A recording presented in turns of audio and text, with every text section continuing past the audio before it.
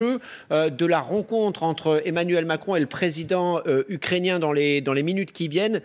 Quel est-il? Quels sont-ils?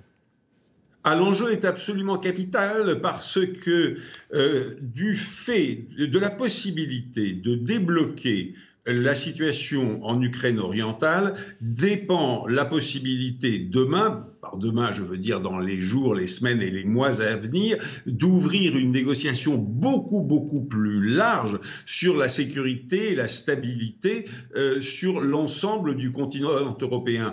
Alors, qu'est-ce que vont essayer de faire les présidents ukrainiens et français? Eh bien, ils vont essayer de relancer ce qu'on appelle les accords de Minsk, qui avaient été passés entre la Russie et l'Ukraine sous l'égide à l'époque de M.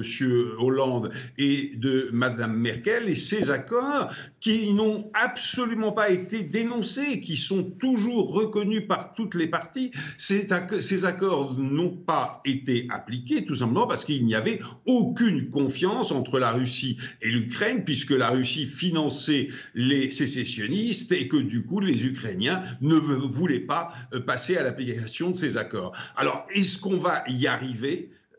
Ça dépend de la force politique du président Zelensky sur sa scène politique intérieure, ça dépend de la scène politique intérieure ukrainienne, mais si on y arrive, eh bien un pas très important est franchi qui permettra d'aborder la réalité du dossier, c'est-à-dire la stabilité et la confiance sur l'ensemble du continent européen. Merci Bernard Guetta, merci d'avoir répondu en direct à nos questions ce matin sur LCI. Monsieur l'ambassadeur, d'un côté, il y a Vladimir Poutine qui veut sécuriser les frontières de son pays. De l'autre, il y a l'Ukraine qui se dit inquiète des prétentions russes sur son territoire. Comment trouver une solution entre ces deux pays?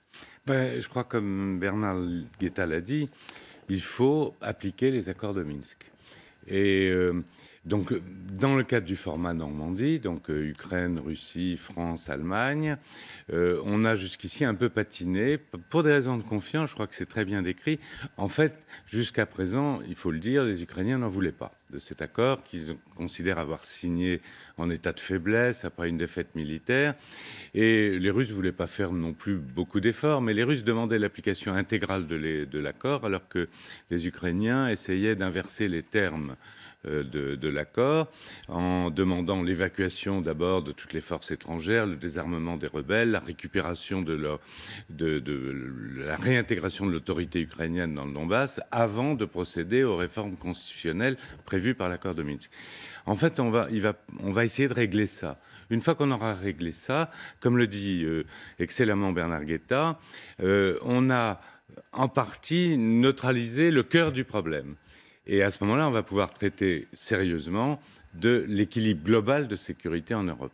Et là, les négociations sont déjà en cours avec les Américains, mais en fait, le format Normandie, Macron joue sa part sur le point le plus important, qui est la résorption du problème ukrainien. On va parler d'Emmanuel Macron. Hier soir, il s'est entretenu pendant 5 heures avec Vladimir Poutine dans un contexte un peu particulier. On a vu les images de cette immense table dans une des salles du Kremlin. Qu'en est-il ressorti? Qu'en pense-t-on du côté du président?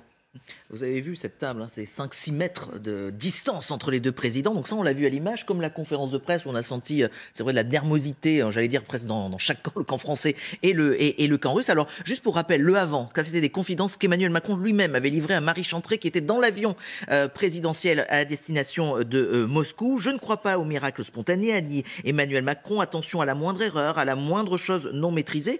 Et sur Vladimir Poutine, il a insisté aussi particulièrement devant les journalistes qui étaient dans cet avion, dont TF1 LCI. Je pense que je comprends quelques-uns de ses ressorts intimes, mais qui sont aussi culturels, historiques. Et après, oui, je pense qu'il ne faut jamais penser justement que l'on maîtrise tous les paramètres. Donc voilà un petit peu l'état d'esprit dans lequel est arrivé Emmanuel Macron. Et le après notamment ces 5 heures passées ensemble, cette conférence de presse qui a duré environ 1 heure entre Emmanuel Macron et Vladimir Poutine, eh bien voici ce que disait un conseiller, cette fois-ci du président, toujours à Marie Chantrey.